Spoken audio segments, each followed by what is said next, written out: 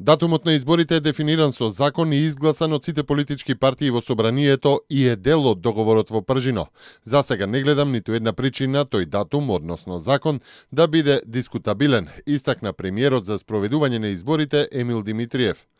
И сметам дека треба да се држиме до она што веќе го имаме договорено и изгласано во собранието на Република Македонија, додаде Димитриев. Уставниот суд не ја прифати иницијативата за преиспитување на уставноста на одлуката собранието да се распушти со одложена примена. Уставниот суд се прогласи за ненадлежен за распуштањето на парламентот. Председателката на Уставниот суд Елена Гошева смета дека иницијативата треба да се отфрли, бидејќи судот не може да одлучува за акт, туку само за закони.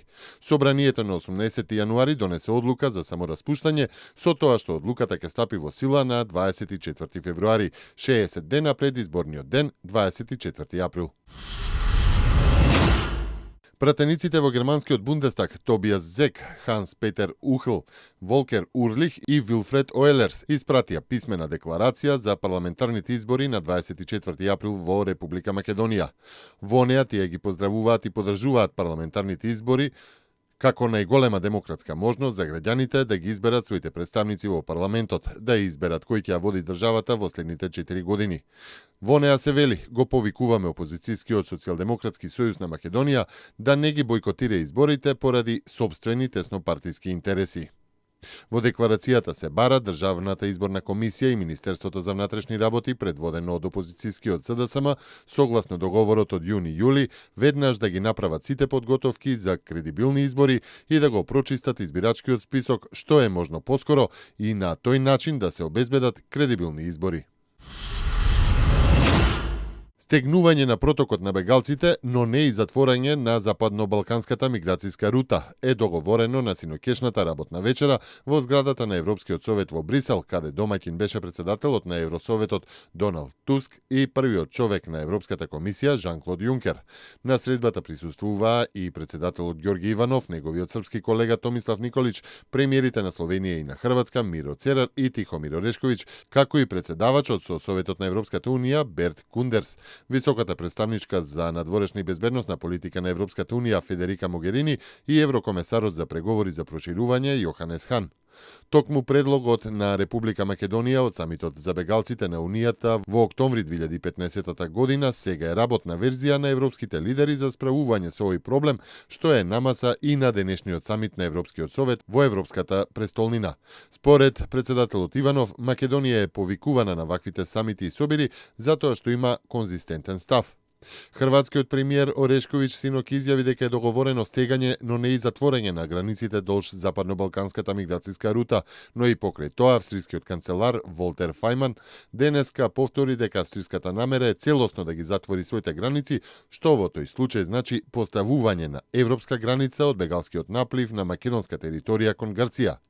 Според председателот Ѓорги Иванов, пак македонскиот став е јасен дека Македонија не може да биде надворешна граница на Европската унија. Не можеме ние да ги замениме сите оние мерки и активности што треба самата унија да ги прави на својата надворешна граница, но во земјата спроведуваме се што е во состав на севкупното европско решение.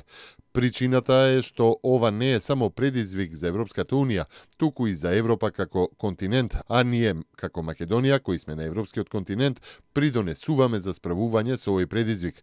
Препознаена е нашата конзистентност во ставовите, како и нашата конструктивност, па затоа со внимание беа слушани сите предлози што ги даваме, вели председателот Иванов за државната мија.